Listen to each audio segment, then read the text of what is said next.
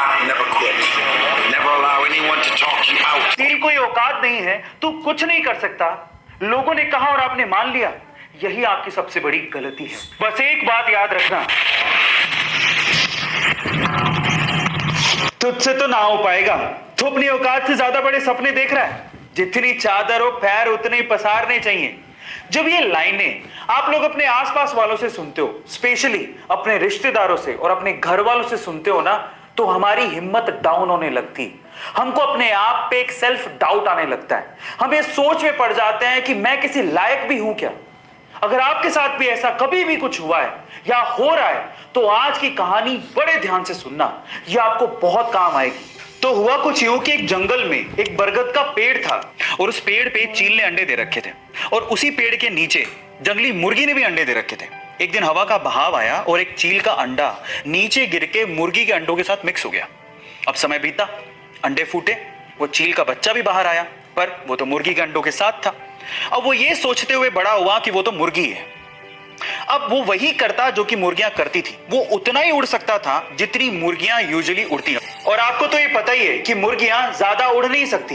एक बार वो चील का बच्चा जो कि मुर्गियों की तरह पल रहा था, उसने आसमान में चील को उड़ते देखा। तो उसने अपनी मुर्गी मां को पूछा कि मां, वो पक्षी कौन है जो बड़े शान से उड़ रहा है? मां कहती है, बेटा वो तो चील है। तो बच्चा मासूमियत से सवाल पूछता है कि हम लोग इतना ऊंचा क्यों नहीं उड़ सकते? तो मां कहती है, क्योंकि तुम मुर्गी हो। और ये सोच के कि वो मुर्गी है, सेल्फ डाउट में कभी उसने ट्राई भी नहीं किया ऊंचा उड़ने का और सिर्फ मुर्गी बन के वो जीता रहा और एक दिन मर गया। अब इस कहानी का क्या मोरल है? क्या इसका मतलब निकलता है, क्या आप जानते हैं? इस कहानी का मोरल ये निकलता है कि लोगों ने आपसे कहा कि तू नहीं उड़ सकता, तेरी कोई औकात नहीं है, तू कुछ नहीं कर सकता। लोगों ने कहा और आपने मान लिया, यही आपकी सबसे बड़ी गलती है। बस एक बात याद रखना कि जीत अगर पक्की हो तो कायर भी लड़ जाते हैं। बहादुर वो होते हैं जो हार का पता होने के बावजूद भी मैदान में डटे रहते हैं। इसका मतलब जानते हैं क्या है?